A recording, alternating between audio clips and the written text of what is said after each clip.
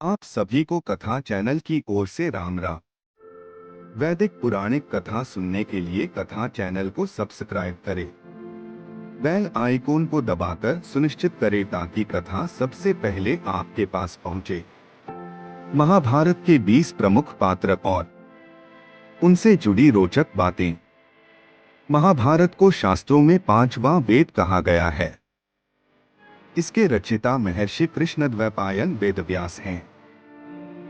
महर्षि वेदव्यास ने इस ग्रंथ के बारे में स्वयं कहा है, यन्नेहास्ति न कुत्रचित, अर्थात जिस विषय की चर्चा इस ग्रंथ में नहीं की गई है उसकी चर्चा अन्यत्र कहीं भी उपलब्ध नहीं है।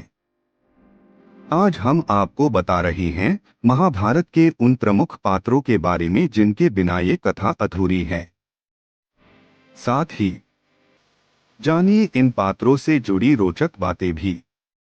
भीष्म पितामह।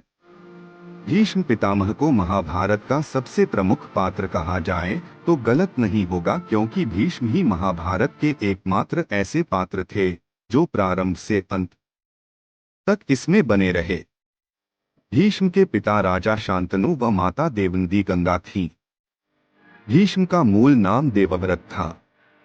राजा शांतनु जब सत्यवती पर मोहित हुए तब अपने पिता की इच्छा पूरी करने के लिए देवव्रत ने सारी उम्र ब्रह्मचारी रहकर हस्तिनापुर की रक्षा करने की प्रतिज्ञा ली और सत्यवती को ले जाकर अपने पिता को सौंप दिया। पिता शांतनु ने देवव्रत को इच्छा मृत्यु का वरदान दिया। देवव्रत की इस भीषण प्रतिज्ञा के कारण ही उनका नाम भीष्म प्रसिद्ध हुआ।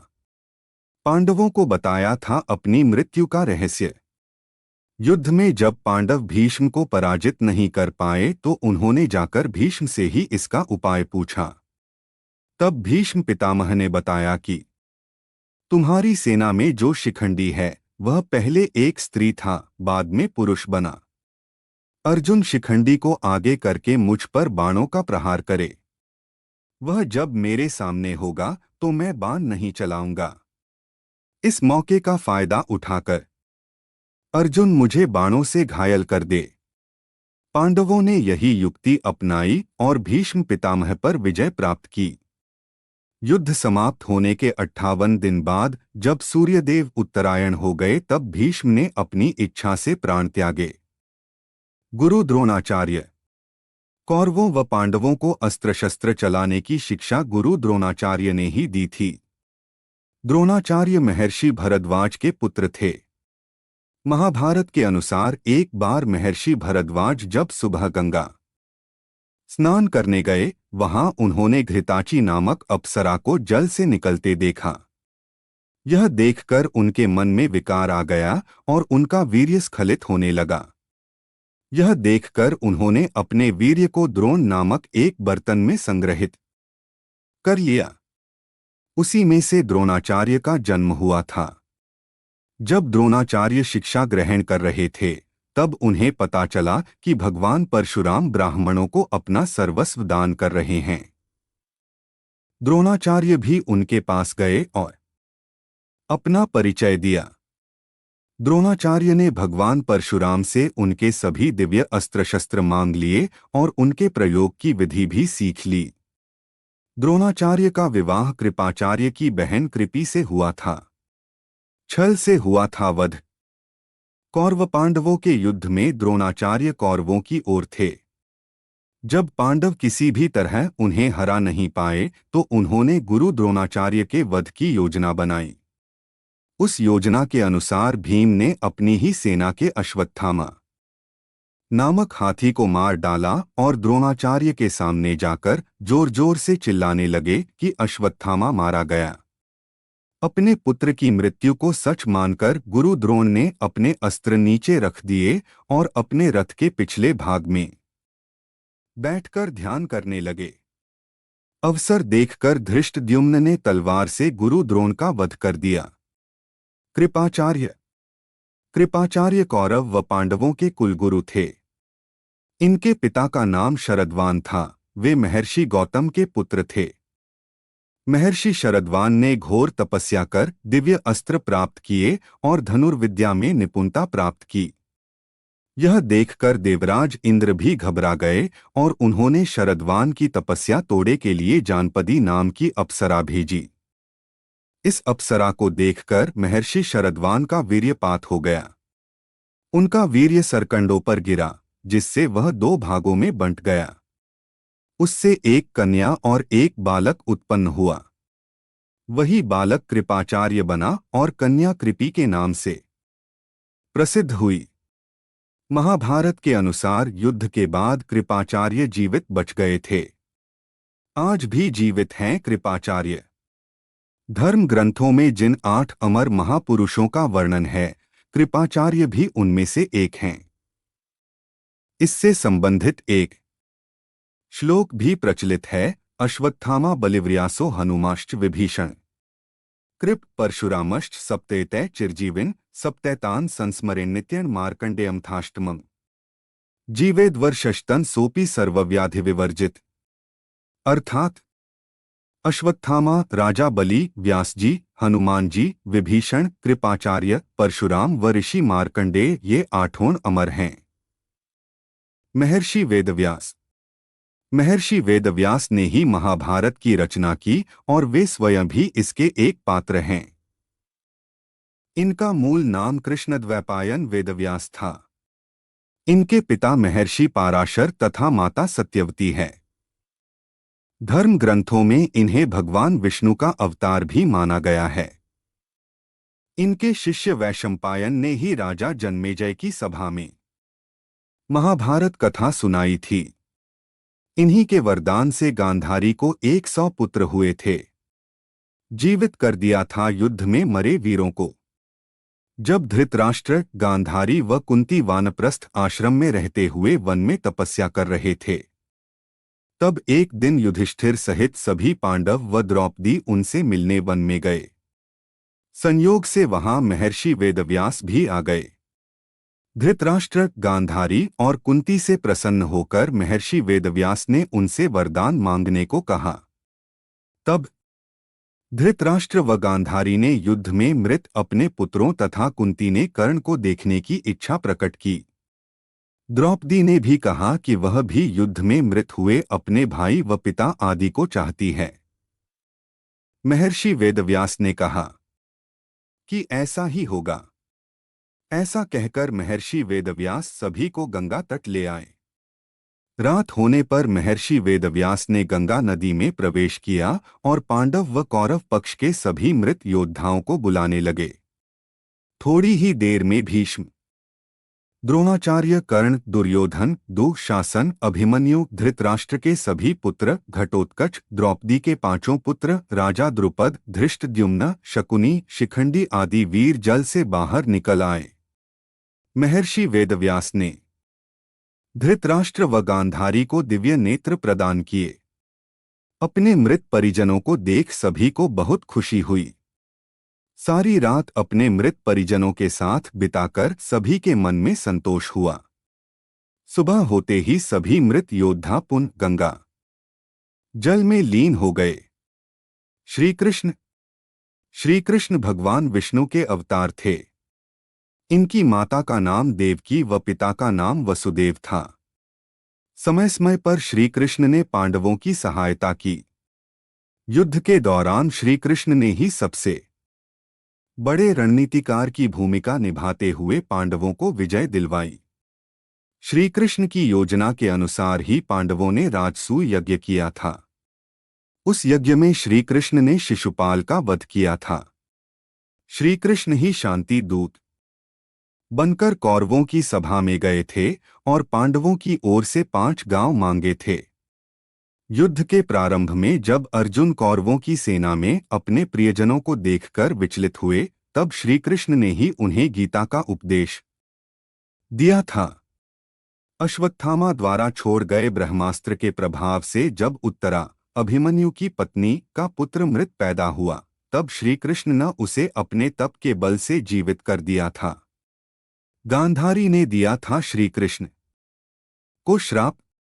युद्ध समाप्त होने के बाद जब धृतराष्ट्र, गांधारी, कुंती आदि कुरुकुल की स्त्रियां कुरुक्षेत्र आईं तो यहाँ अपने पुत्रों, पति व भाई आदि के शव देखकर उन्होंने बहुत विलाप किया।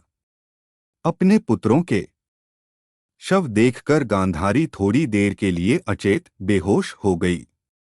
होश आने पर गांधारी को बहुत क्रोध आया और वे श्रीकृष्ण से बोली कि पांडव व कौरव आपस की फूट के कारण ही नष्ट हुए हैं, किंतु तुम चाहते तो इन्हें रोक सकते थे, लेकिन तुमने ऐसा नहीं किया। ऐसा कहकर गांधारी ने श्रीकृष्ण को श्राप दिया कि आज से 36 वर्ष बाद तुम भी अपने परिवार वालों का वध करोगे और अपने मंत्री, पुत्रों आदि के नाश हो जाने पर एक अनाथ की तरह मारे जाओगे। उस दिन तुम्हारे परिवार की स्त्रियां भी इसी प्रकार विलाप करेंगी। गांधारी के श्राप देने के बाद श्रीकृष्ण ने कहा कि वृषणवंशियों का नाश इसी प्रकार होगा। ये मैं पहले से जानता था, क्योंकि मेरे अलावा कोई भी उनका संहार नहीं कर सकता। अत आपके श्राप के अनुसार ही यदुवंशी आपसी कलह से नष्ट होंगे। धृतराष्ट्र तथा पांडु। राजा शांतनु व सत्यवती के 2 पुत्र थे, चित्रांगद व विचित्रवीर्य। राजा शांतनु की मृत्यु के बाद चित्रांगद राजगद्दी पर बैठे, लेकिन कम उम्र में ही उनकी मृत्यु हो गई। तब भीष्म ने विचित्रवीर्य को राजा बनाया। भीष्म काशी से राजकुमारियों का हरण कर लाए और उनका विवाह विचित्रवीर्य से करवा दिया, किंतु क्षय रोग के कारण विचित्रवीर्य की भी मृत्यु हो गई। तब महर्षि वेदव्यास के आशीर्वाद से अंबिका तथा अंबालिका को पुत्र उत्पन्न हुए। महर्षि वेदव्यास को देखकर अंबिका ने आंखें बंद कर ली थी, इसलिए धृतराष्ट्र जन्म से ही अंधे हुए तथा अंबालिका के गर्भ से पांडु हुए। अंधे होने के कारण धृतराष्ट्र को राजा बनने के योग्य नहीं माना गया और पांडु को राजा बनाया गया। गांधारी। गांधारी गांधार राज सुबल की पुत्री थी। जब भीष्म ने सुना कि गांधार देश की राजकुमारी सब लक्षणों से संपन्न है और उसने भगवान शंकर की आराधना कर 100 पुत्रों का वरदान प्राप्त किया है, तब भीष्म ने गांधार राज के पास अपना दूत भेजा। पहले तो सुबल ने अंधे के साथ अपनी पुत्री का विवाह करने में बहुत सोच विचार किया, लेकिन बाद में हाँ कह दिया। गांधारी को जब पता चला कि उसका होने वाला पति जन्म से अंधा है, तो उसने भी आजीवन आंखों पर पट्टी बांधने का निर्णय लिया। कुंती व माद्री। यदुवंशी राजा शूरसेन की पृथा नामक पुत्री थी। इस कन्या को राजा शूरसेन ने अपनी बुआ के संतानहीन लड़के कुंती भोज को गोद दे दिया था। कुंती भोज ने इस कन्या का नाम कुंती रखा।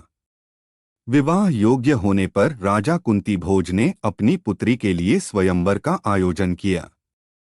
स्वयंवर में कुंती ने राजा पांडु को वरमाला डालकर अपना पति चुना। कुंती के अलावा पांडु की एक और पत्नी थी, जिसका नाम माद्री था। यह मद्र देश की राजकुमारी थी। कर्ण। जब पांडवों की माता कुंती बाल्यावस्था में थी, उस समय उन्होंने ऋषि दुर्वासा की सेवा की थी। सेवा से प्रसन्न होकर ऋषि दुर्वासा ने कुंती को एक मंत्र दिया, जिससे वह किसी भी देवता का आह्वान कर उससे पुत्र प्राप्त कर सकती थीं।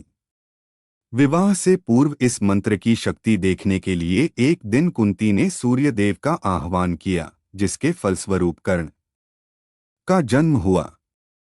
किंतु लोकलाज के भय से कुंती ने कर्ण को नदी में बहा दिया। कर्ण दिव्य कवचकुंडल के साथ ही पैदा हुआ था। कर्ण का पालन पोषण धृतराष्ट्र के सारथी अधिरथ व उसकी पत्नी राधा ने किया। राधा का पुत्र समझे जाने के कारण ही कर्ण राधेय नाम से भी जाना जाने लगा। युद्ध के दौरान कर्ण ने कौरवों का साथ दिया। श्राप के कारण कर्ण के रथ का पहिया जमीन में धंस गया और उसे अपने दिव्यास्त्रों का ज्ञान भी नहीं रहा। इसी समय अर्जुन ने कर्ण का वध कर दिया। इंद्र को दान कर दिए थे कवचकुंडल। देवराज इंद्र का अर्जुन पर विशेष स्नेह था। इंद्र जानते थे कि जब तक कर्ण के पास कवचकुंडल है, उससे कोई नहीं जीत सकता। तब एक दिन इंद्र ब्राह्मण का रूप धारण कर कर्ण के पास आए और भिक्षा में कवचकुंडल मांग लिए। तब कर्ण ने ब्राह्मण से कहा कि आप स्वयं देवराज इंद्र हैं, ये बात मैं जानता हूं। आप स्वयं मुझसे याचना कर रहे हैं, इसलिए मैं आपको अपने कवचकुंडल अवश्य दूंगा, लेकिन इसके बदले आपको भी मुझे वह अमोघ शक्ति देनी होगी। देवराज इंद्र ने कर्ण को वो अमोघ शक्ति दे दी और कहा कि इस शक्ति का प्रयोग तुम सिर्फ एक ही बार कर सकोगे। कर्ण ने देवराज इंद्र की बात मानकर वह अमोघ शक्ति ले ली और कवचकुंडल इंद्र को दे दिए। पांडव। महाराज पांडु के पांचों पुत्र पांडव कहलाए। एक बार राजा पांडु शिकार खेल रहे थे। उस समय किंदम नामक ऋषि अपनी पत्नी के साथ हिरण के रूप में सहवास कर रहे थे। उसी अवस्था में राजा पांडु ने उन पर बाण चला दिए। मरने से पहले ऋषि किंदम ने राजा पांडु को श्राप दिया कि जब भी वे अपनी पत्नी के साथ सहवास करेंगे तो उसी अवस्था में उनकी मृत्यु हो जाएगी। ऋषि किंदम के श्राप से दुखी होकर राजा पांडु ने राजपाट का त्याग कर दिया और वनवासी हो गए। कुंती और माद्री भी अपने पति के साथ ही वन में रहने लगीं। जब पांडु को ऋषि दुर्वासा द्वारा कुंती को दिए गए मंत्र के बारे में पता चला तो उन्होंने कुंती से धर्मराज का आवाहन करने के लिए कहा, जिसके फलस्वरूप धर्मराज युधिष्ठिर का जन्म हुआ। इसी प्रकार वायुदेव के अंश से भीम और देवराज इंद्र के अंश से अर्जुन का जन्म हुआ। कुंती ने यह मंत्र माद्री को बताया। तब माद्री ने अश्विन कुमारों का आवाहन किया, जिसके फलस्वरूप नकुल व सहदेव का जन्म हुआ। युधिष्ठिर पांडवों में सबसे बड़े थे। ये धर्म और नीति के ज्ञाता थे। धर्म का ज्ञान होने के कारण ही इन्हें धर्मराज भी कहा जाता था। पांडवों में सिर्फ युधिष्ठिर ही ऐसे थे जो सशरीर स्वर्ग गए थे। भीम युधिष्ठिर से छोटे थे। ये महाबलशाली थे। महाभारत के अनुसार युद्ध के दौरान भीम ने सबसे ज्यादा कौरवों का वध किया था। दुशासन व दुर्योधन का वध भी भीम ने ही किया था। अर्जुन पांडवों में तीसरे भाई थे। ये देवराज इंद्र के अंश थे। महाभारत के अनुसार ये पुरातन ऋषि नर के अवतार थे। भगवान श्री कृष्ण का इन पर विशेष स्नेह था। अर्जुन ने ही घोर तपस्या कर देवताओं से दिव्यास्त्र प्राप्त किए थे। भीष्म, कर्ण, जयद्रथ आदि का वध अर्जुन के हाथों ही हुआ था। नकुल व सहदेव पांडवों में सबसे छोटे थे। ये अश्विन कुमार के अंश थे। सहदेव ने ही शकुनी व उसके पुत्र उलूक का वध किया था। कौरव। एक बार गांधारी ने महर्षि वेदव्यास की खूब सेवा की। प्रसन्न होकर उन्होंने गांधारी को 100 पुत्रों की माता होने का वरदान दिया। समय आने पर गांधारी को गर्भ ठहरा, लेकिन वह 2 वर्ष तक पेट में रुका रहा। घबराकर गांधारी ने गर्भ गिरा दिया। गांधारी के पेट से लोहे के समान मांस का गोला निकला। तब महर्षि वेदव्यास वहां पहुंचे और उन्होंने कहा कि तुम 100 कुंड बनवाकर उन्हें घी से भर दो और उनकी रक्षा के लिए प्रबंध करो। इसके बाद महर्षि वेदव्यास ने गांधारी को उस मांस के गोले पर ठंडा जल छिड़कने के लिए कहा। जल छिड़कते ही उस मांस के गोले के 101 टुकड़े हो गए। महर्षि की बात मानकर गांधारी ने उन सभी मांस के टुकड़ों को घी से भरे कुंडों में रख दिया। फिर महर्षि ने कहा कि इन कुंडों को 2 साल के बाद खोलना। समय आने पर उन कुंडों से पहले दुर्योधन का जन्म हुआ और उसके बाद अन्य गांधारी पुत्रों का। गांधारी के अन्य 99 पुत्रों के नाम इस प्रकार हैं: 2 दुशासन, 3 दुस्सह, 4 दुश्शल, 5 जलसंध, 6 सम, 7 सह, 8 विंद, 9 अनुविंद, 10 दुर्धर्ष, 11 सुबाहु, 12 दुष्प्रधर्षण, 13 दुर्मूर्षण, 14 दुर्मुख, 15 दुष्कर्ण, 16 कर्ण, 17 विविंशति। 18 विकर्ण, 19 शल, 20 सत्व, 21 सुलोचन, 22 चित्र, 23 उपचित्र, 24 चित्राक्ष, 25 चारुचित्र, 26 शरासन, 27 दुर्मुद, 28 दुर्विगाह, 29 विवित्सु, 30 विक्टानन, 31 ऊर्णनाभ, 32 सुनाभ, 33 नंद, 34 उपनंद, 35 चित्रबाण, 36 चित्रवर्मा, 37 सुवर्मा, 38 दुर्विमोचन, 39 आयोबाहु, 40 महाबाहु, 41 चित्रांग, 42 चित्रकुंडल, 43 भीमवेग, 44 भीमबल, 45 बलाकी, 46 बलवदधन, 47 उग्रायुध, 48 सुषेण, 49 कुंडधार, 50 महोदर, 51 चित्रायुध, 52 निशंगी, 53 पाशी, 54 वृंदारक, 55 दृढ़वर्मा, 56 दृढ़स्त्र, 57 सोमकीर्ति, 58 अनुदर, 59 दृढ़संध, 60 जरासंध, 61 सत्यसंध, 62 सद सुवाक, 63 उग्रश्रवा,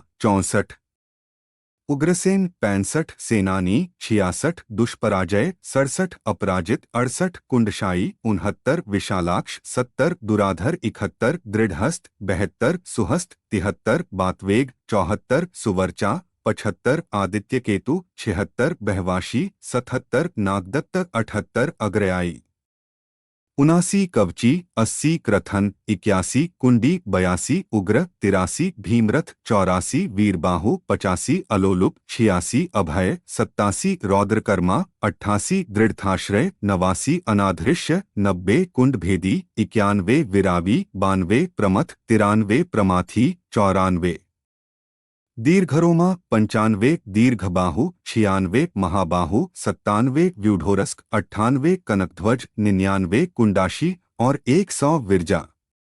100 पुत्रों के अलावा गांधारी की एक पुत्री भी थी जिसका नाम दुश्शला था। इसका विवाह राजा जयद्रथ के साथ हुआ था। द्रौपदी व धृष्टद्युम्न। पांचाल देश के राजा द्रुपद ने याज नामक तपस्वी से यज्ञ करवाया जिससे एक दिव्य कुमार उत्पन्न हुआ। उसके सिर पर मुकुट और शरीर पर कवच था। तभी आकाशवाणी हुई कि यह कुमार द्रोणाचार्य को मारने के लिए ही उत्पन्न हुआ है। इसके बाद उस यज्ञवेदी से एक सुंदर कन्या उत्पन्न हुई। तभी आकाशवाणी हुई कि इस कन्या का जन्म क्षत्रियों के संहार के लिए हुआ है। इसके कारण कौरवों को बहुत भय होगा। द्रुपद ने इस कुमार का नाम धृष्टद्युम्न रखा और कन्या का नाम द्रौपदी। द्रौपदी के विवाह के लिए द्रुपद ने स्वयंवर का आयोजन किया। अर्जुन ने स्वयंवर की शर्त पूरी कर द्रौपदी से विवाह कर लिया। जब पांडव द्रौपदी को लेकर अपनी माता कुंती के पास पहुंचे तो उन्होंने बिना देखे ही कह दिया कि पांचों भाई आपस में बांट लो। तब द्रौपदी ने पांचों भाइयों से विधिपूर्वक विवाह किया। इसलिए मिले 5 पति। महाभारत के अनुसार द्रौपदी पूर्व जन्म में ऋषि कन्या थी। विवाह न होने से दुखी होकर वह तपस्या करने लगी। उसकी तपस्या से भगवान शंकर प्रसन्न हो गए और उसे दर्शन दिए तथा वर मांगने को भी कहा। भगवान के दर्शन पाकर द्रौपदी बहुत प्रसन्न हो गई और उसने अधीरतावश भगवान शंकर से प्रार्थना की कि मैं सर्वगुणयुक्त पति चाहती हूँ। ऐसा उसने 5 बार कहा। तब भगवान ने उसे वरदान दिया कि तूने मुझसे 5 बार प्रार्थना की है, इसलिए तुझे 5 भरतवंशी पति प्राप्त होंगे। धृष्टद्युम्न ने किया था द्रोणाचार्य का वध। श्रीकृष्ण ने धृष्टद्युम्न को पांडवों की सेना का सेनापति बनाया था। युद्ध के दौरान जब अपने पुत्र की मृत्यु को सच मानकर गुरु द्रोण ने अपने अस्त्र नीचे रख दिए तब धृष्टद्युम्न ने तलवार से गुरु द्रोण का वध कर दिया था। अश्वत्थामा। महाभारत के अनुसार गुरु द्रोणाचार्य का विवाह कृपाचार्य की बहन कृपि से हुआ था। कृपि के गर्भ से अश्वत्थामा का जन्म हुआ। उसने जन्म लेते ही अच्चय श्रवा अश्व के समान शब्द किया, इसी कारण उसका नाम अश्वत्थामा हुआ। वह महादेव, यम, काल और क्रोध के सम्मिलित अंश से